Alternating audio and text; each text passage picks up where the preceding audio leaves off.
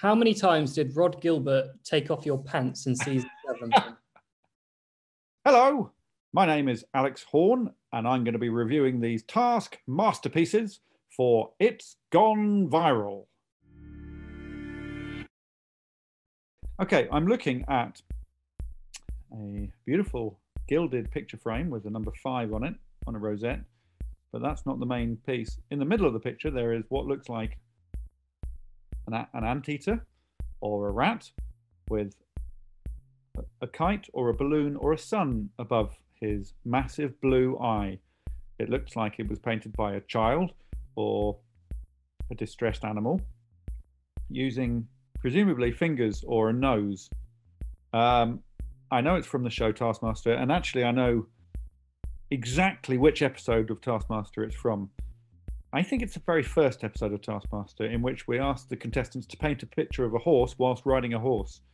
And that's why this is such an awful picture of a horse. It was painted by my former colleague, Tim Key, who is more of a poet than a painter.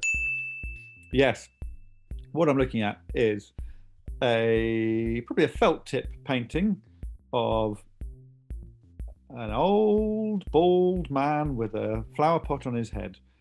I can tell you now, it shouldn't be that. It should be a nice young lady.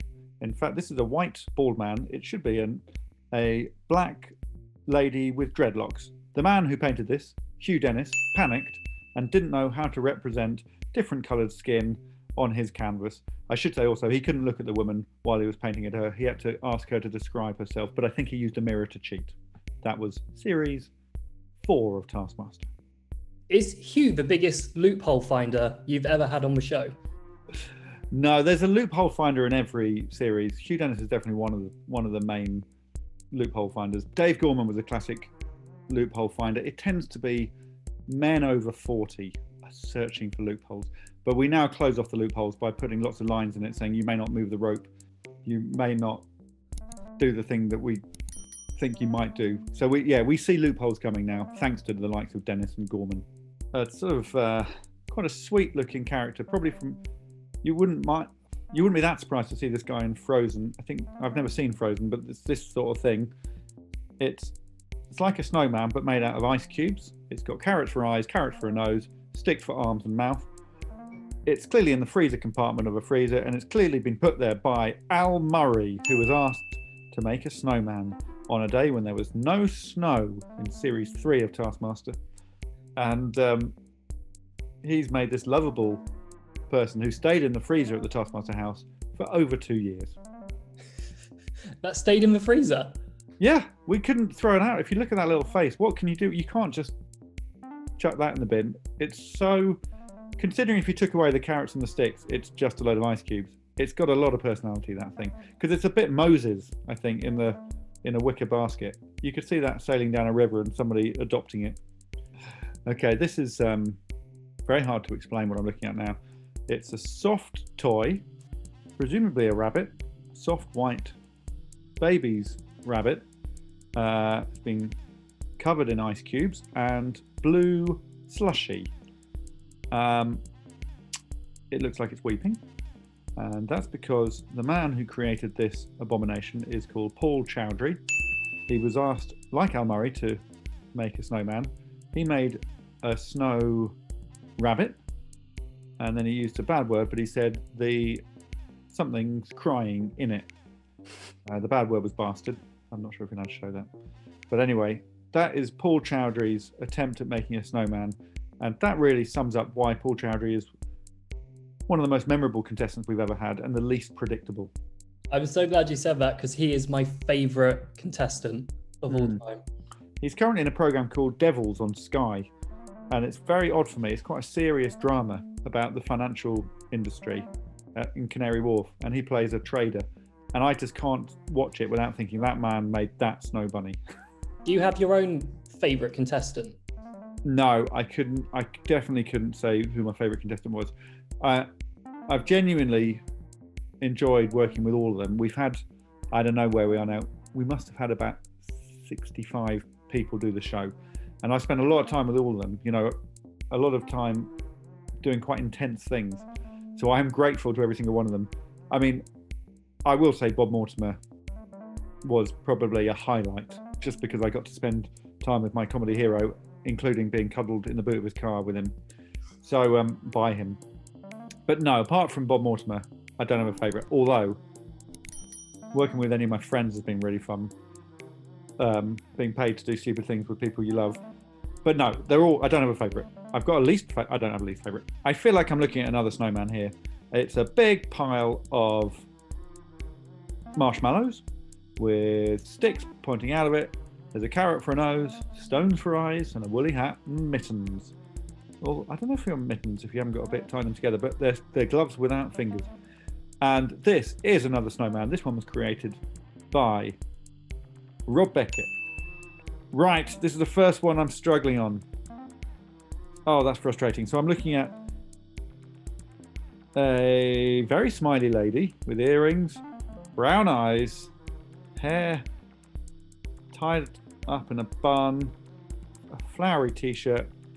Oh dear, I can only think this might be the same person that Hugh Dennis was trying to draw. So I'll go with that. I will say that is Mel Gedroich's attempt at painting the lady she couldn't see. You know what though, the more I look at it, it's classic Joe Lycett. Joe Lycett was on the last series of Grace and Perry's Art Club. He did a portrait of Chris Whitty, and there's some similarities there. So I should have got that. I am very disappointed in myself. I'm looking at a postcard of Mount Rushmore, and I only know that because it says Mount Rushmore along the top in beautiful italics. I don't know what font that is. It might be Bodoni. It's clearly made out of mashed potato. There is some artistry to it. The task I remember was make the best Mount Rushmore, and this was series 9. So this was either Badil or Brand, but I don't think it was either of those two. I remember what they did. It wasn't Gamble. So this is Katie Wicks or Rose Matafeo. I'm saying that is Katie Wicks's Mount Rushmore. Well done, me. What goes through your mind when someone asks for about 40 kilos of mashed potato? Like, how did you find that? You know what? Nowadays, what goes through our mind is we can't really do that. I think the things like food waste has been highlighted in the last year more than ever. So we've never, it's arguable whether or not you're wasting potatoes by making Mount Rushmore with it. And we do try to always eat what we buy. And we do also do donations to food bank to try to counterbalance things. There has been guilt in the past. So, yeah, a lot of things go through our mind. But also the runners and researchers on the show have to do a lot of odd shopping trips. I'm looking at a genuinely good piece of art, which does narrow down the options of who that is. I mean, I know it's a picture of Greg Davis, although he looks also like a pig. It's beautifully done by someone with experience at art and graffiti, and it's a sort of combination of them both. I have one of his works in my garden. It's by Noel Fielding. I can't remember why he had to do it though, but it is a pretty good picture. Why did he have to do that? Don't know. Paint the best picture of the Taskmaster. You have 10 minutes. Your time starts now. Well, he must have got closer to him somehow, but it's a very good picture. I am looking at a tiny, tiny ball of string that vaguely resembles either a rabbit or a little boy. And I have no idea why I'm looking at it. It's the first one that I have.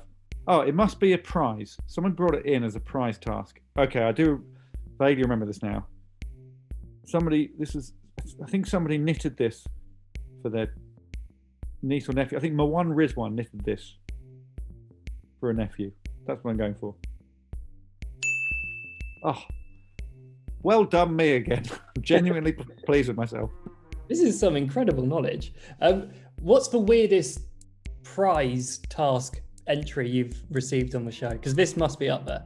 Yeah, that's up there. I mean, I don't know about weirdest. I like it when people put things up that they really don't want to lose. Like Johnny Vegas put up his collection of pub signs in that series, and he was heartbroken when he didn't win that.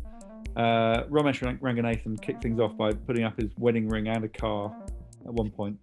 So it's those things. Although I like it when you see people's personalities in the show. I mean, Mark Watson put up the door that connects the park to his house, which somebody won, and they now use that for access to the park. So it's nice when people really follow through with these things. I am looking at a picture. Yeah, I do remember this. It's a portrait. It looks like quite a butch man or a butch lady. It says I'm Pam, so I'm going with lady. It's clearly made out of loo roll, and it's good art. And I think it's good art because it was done by Joe Lycett, who, as we know, has form in this area. So I'm going for Joe Lycett's portrait of Pam St. Clements, who plays Pat Butcher in EastEnders, out of loo roll. Thank you. You're cute. No, I'm very impressed. I mean, this is like an art gallery. Okay, it says the Taskmaster, so we know it's a portrait here of the Taskmaster, Greg Davis, in yellow, black, and pink. It's not a bad picture, but I don't know exactly who it is. I mean, I'm guessing it's the same task as Noel Fielding's one, so I'm going to have to go with Joe Lycett again. But I don't have confidence in this one. Who is this by? I believe this one was Hugh Dennis. Wow, Hugh's done well. Yeah, that would make sense. Well, I mean, the proportions are all wrong, and it's an odd use of yellow, but it's pretty good by Dennis. Well done, Hugh. But I'm quite frustrated I didn't get it right. This is a beautiful picture seen from above, like in the show Art Attack. It's made of balloons and some clothing, and I know who's done this because I recognise the clothing. It's a dress and some trainers. Oh, it's a cape, actually. It's a cape belonging to Achievement Woman, also known as Daisy May Cooper, and it's a portrait of the Taskmaster with his white hair flapping around in the wind. There's tiny, tiny little pink ears as well. Oh, that's excellent. So it's either a portrait of a baboon or the Taskmaster. It says Task underneath it, so I'm guessing it's the Taskmaster. I can't remember what this is for.